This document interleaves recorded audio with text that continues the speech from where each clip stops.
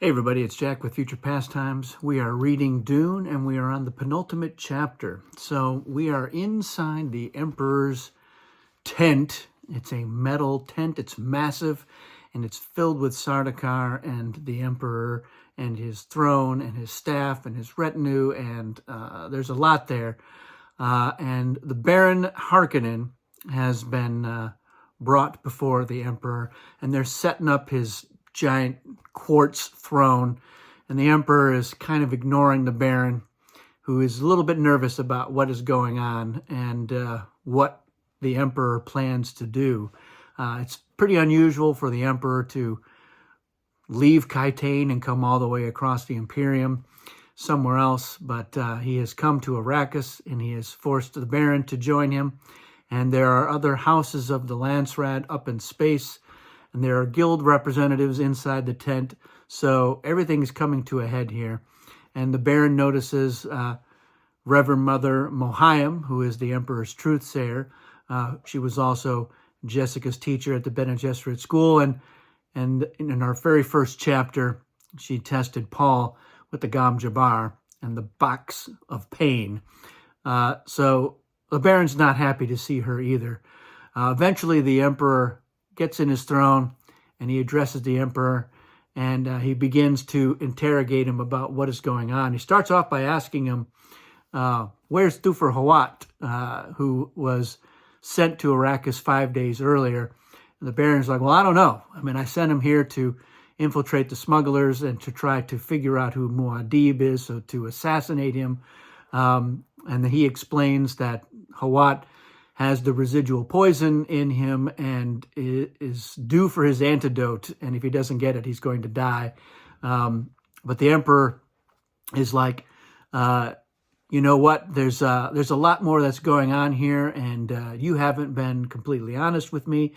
And so he's running the Baron through the ringer, and the Baron is beginning to wonder, is the Emperor just going to have me killed? Surely not. Not with all these other members of the great houses waiting to see how things are going to unfold. But at that moment, some Sardaukar come in with a prisoner, and the Emperor explains how he has recently launched an attack on a settlement in the southern regions, which the Baron is like, there's nothing down, nobody can live down in the south. We don't go down there. It's just not worth it. There's not that much spice. There's too many worms and too much storm activity. It's inhospitable. But the Emperor is like, there's been reports that people live down there, that the Fremen are there, and that the Fremen are strong, and that there's greenery. And the Baron is like, look, I don't really know about any of that. But then they address the prisoner, and it's Alia. It's Paul's sister, Lady Jessica's daughter, who is a full Reverend Mother herself.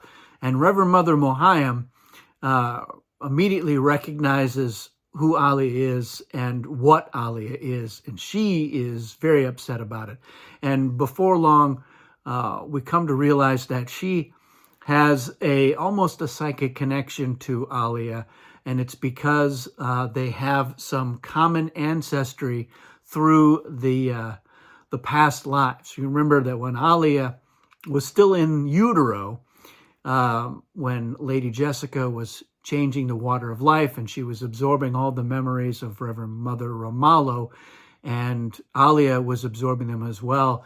But there are memories there that are shared with Reverend Mother Mohiam, so they have that connection, and Alia is able to show her things within her own mind, and it's very disturbing to the Reverend Mother. And this sort of thing that the Bene Gesserit know was possible, but they avoided at all costs. So she's furious with Jessica for having allowed it to happen, and she's demanding that the Emperor kill Alia because she's an abomination. But Alia is having none of it, and through the conversation, first of all, the Emperor explains to the Baron that in capturing Alia and 2 other Fremen, they lost several ships and several Sardaukar. And the people at the siege that they were attacking, it was mostly women, children, and old men. And they managed to wipe out a lot of Sardaukar. So the Emperor himself is a little freaked out about this. And he's like, how did you not know that the Fremen were like this? And the Baron is like, Fremen, they're pathetic, they're crazy, they're fanatics, and they're losers. Is basically he's trying to explain it, but the Emperor is like, no, there's a lot more to it. And Alia explains that she is, in fact, Paul's sister, and even the Emperor recognizes. She's like, don't you recognize the daughter of your old friend and rival, Duke Leto? And so the Baron is like, what in the world? And he's a little taken aback by just how calm and collected and composed Alia is. And she speaks like an adult. And at one point he's like, is it a midget? Who is this? And Alia is, she's not afraid, and she knows that there's a plan in motion, which the Emperor doesn't realize at that moment. But she explains that, Paul is coming. And before the Emperor can really do anything more, they hear all these rumbles. And that is probably the atomics setting off blowing up the shield wall. And part of the tent itself is destroyed. And Sardakar's report, like, we can't escape on the ship. They've shot the nose off of the ship. There's no going up because the Emperor's like, let's get into space and we'll deal with it later. But that time has passed. And then they can see through the opening of the tent that worms are riding. They're entering the Imperial Basin, and there are Fremen warriors on them. And a huge battle is about to take place between the Fremen and the Sardaukar. And the Emperor he tries to tell the Baron to kill Alia, and the Baron grabs her, but she was prepared for that, and she cuts the Baron's hand with her own Gamjabar. It's a poison needle, and that's it for the Baron Harkonnen. He meets an ignoble end here in this chapter, and Alia flits out into the open basin and gets away. So there's a huge battle that is going on here, but we don't really get much more of a description than what we see here. So in terms of adaptation, this, of course, has been adapted in all of the movies. In the Lynch movie, at the time, it was the 80s. It was okay. It's decent. Even as a teenager seeing it, I thought it was only okay. And of course, you got to keep in mind that they were using the weirding modules. It was the voice-activated lasers or whatever it is that gets into there. So there's not really any hand-to-hand combat in the Lynch movie from the attack on the Imperial Basin and the Emperor's stronghold there. The worms looked pretty cool, and you had the Sardaukar shooting their lasers. I'm not sure what they were using in that movie. So it's okay. In the miniseries, it's a little bit better. There's a little bit more that's going on. But in terms of the Villeneuve movie, which I think will clearly be the best version of this, we've only seen the trailer at the time of this recording, but that shot of those sandworms coming up out of the dust cloud is pretty epic. And we've seen some shots of all of the Fremen rushing at the Emperor's pavilion with the Sardaukar there. Chani doing a cartwheel kick into the face of some Sardaukar guy. It's going to be an epic battle. There's going to be a lot of hand-to-hand combat in that, and we're going to see, the worms tearing things up as well. So I think this is going to be the best version of that battle. It's going to be a pretty epic. It's probably going to be a lot longer than the page and a half that we get of description. It's probably not even that long. It's a few paragraphs of a description of the battle from the Emperor's, POV through a hole in the side of his pavilion. But yeah, it's an interesting. It's our first chapter where we actually get to see the Emperor. And we're going to probably see more of the Emperor. We know we're going to see more of the Emperor before he comes to Arrakis in the Villeneuve movie. And that has been the case in all of the adaptations. We get to see the Emperor behind the scenes. They have the guild reps are in this chapter, and they they explained to the emperor, they know that that Paul has some sort of prescience as well, but they realize, they acknowledge at this point that they too are a bit blinded by blinded to what's going to happen, and that's because there's just too much uncertainty. There's too many moving parts right now. Being able to see a clear vision of the future is just not possible for anybody at this point. And so, yeah, it really could go either way for Paul, for the guild, for the emperor. And that's going to play out in the next chapter. We're going to finally get some resolution on what's going on for everybody. But it's interesting because one of the guild guys, some kind of contact lens to cover up the fact that he's got totally blue eyes. So that was a little bit of a surprise for the emperor.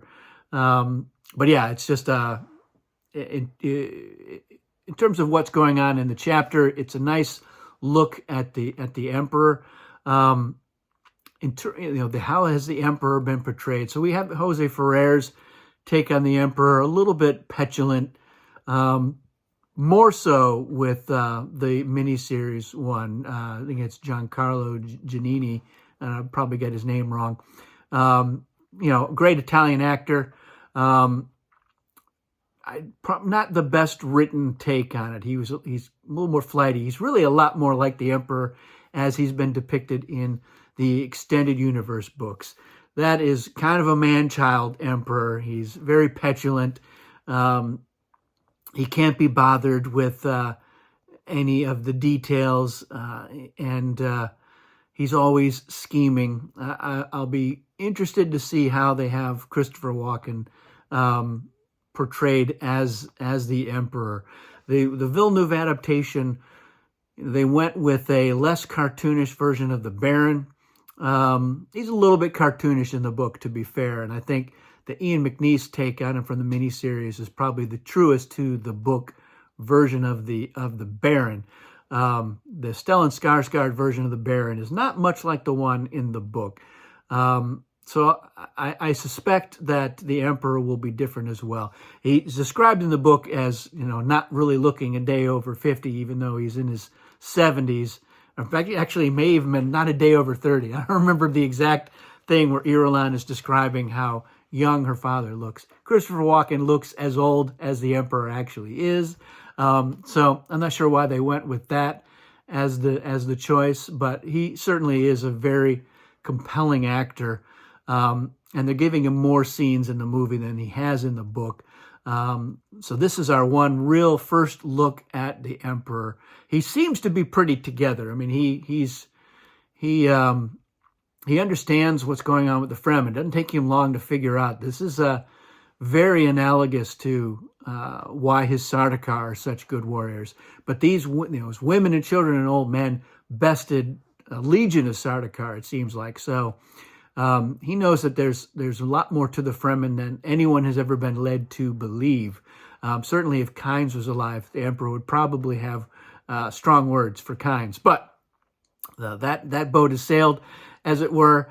I like this depiction of the Emperor. I really wish that Frank Herbert had written more chapters with the Emperor. I wish he'd given us more of the Imperium. It makes sense, I think, very similar to how Denis Villeneuve limited the number of characters in part one, just because there are so many characters. He didn't really eliminate a lot of characters or try to consolidate them, as a lot of us thought he might. I think a lot of people thought that Raban and Feyd-Rautha were going to be consolidated into one character. It's great that they're not, but it makes sense that they were limiting how many we had to really learn in the first movie, so that you can add a few more in the second movie. So in some ways, Herbert has done that as well.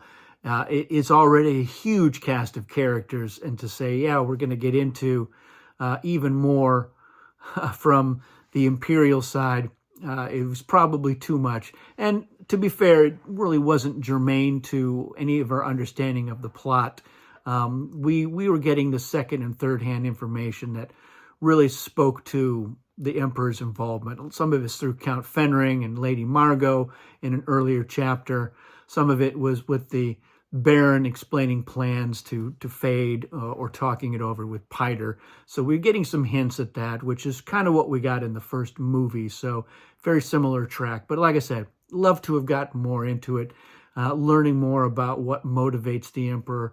Why would he feel so threatened by House Atreides? What was it about the Duke that made him feel like he needed to get into cahoots with the Baron, who he knew was an unsavory and untrustworthy character, but elevating him to that point? Why was the Baron, in charge of Arrakis? Why was House Harkonnen in charge of Arrakis for 80 years? I would love to get more into that from Frank's perspective. I know that Brian Herbert and Kevin J. Anderson have tried to get into that some with the extended universe books, which again are supposedly based on Frank's notes. How much of these notes really gave us those details and how much of it is just projection or speculation? We'll never really know. That's why I wanted Frank Herbert to get into it some more. But I love what we did get, so I'm thankful for that. And we've got one more chapter to go before we conclude Dune, the novel, a classic piece of literature. Let me know your thoughts on this chapter, and if you have any questions or anything you want to discuss about it, let's get into it in the comments if you wish. Otherwise, we'll see you at the next chapter. Thanks for watching. We'll see you again soon.